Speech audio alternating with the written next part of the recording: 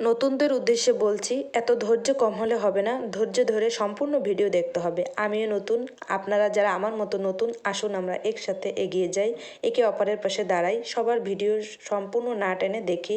আসসালামু আলাইকুম এভরিওয়ান, কেমন আছেন? আশা করি ভালো আছেন। আমিও আলহামদুলিল্লাহ ভালো আছি। আজকে আপনাদের সাথে শেয়ার করতে যাচ্ছি নদীর ফেয়া মাছ। আমরা এটাকে নদীর ফেয়া মাছ বলে থাকি, আপনারা কী মাছ বলেন কমেন্টে অবশ্যই জানাবেন।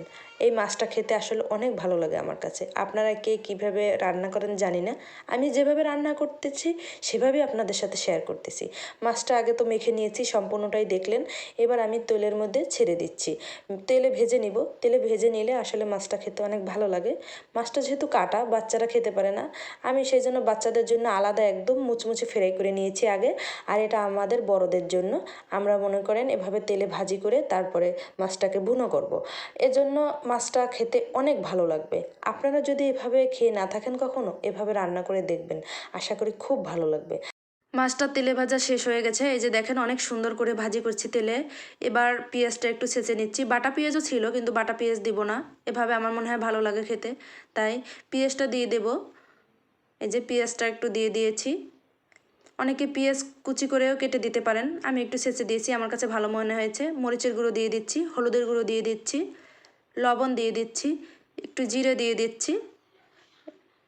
এবার নেড়ে দিচ্ছি, মশলাটা ভালোভাবে একটু নেড়ে দেই তৈলে।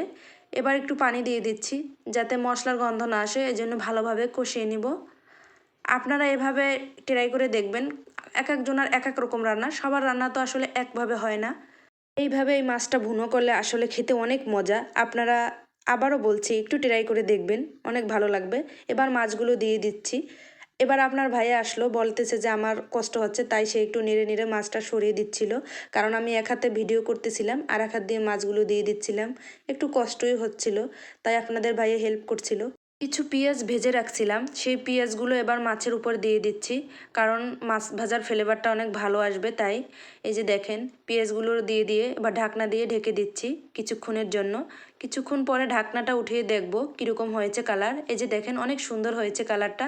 আপনাদের সাথে গল্প করতে করতে আমার রান্না কিন্তু শেষ হয়ে যাচ্ছে। আসলে সময়টা কোনখান থেকে চলে গেল আমি টেরই পেলাম না। এই যে দেখেন, আপনারা সবাই আমার ভিডিওটা না টেনে দেখবেন। আমি কিন্তু সবার ভিডিও না টেনে সম্পূর্ণ ভিডিও দেখি এবং সবাইকে ভালোবাসা দিই। আপনারা সবাই সবাইকে যদি ভালোবাসা দেন, তাহলে সবাই আমরা একসাথে এগিয়ে যেতে পারবো ইনশাআল্লাহ।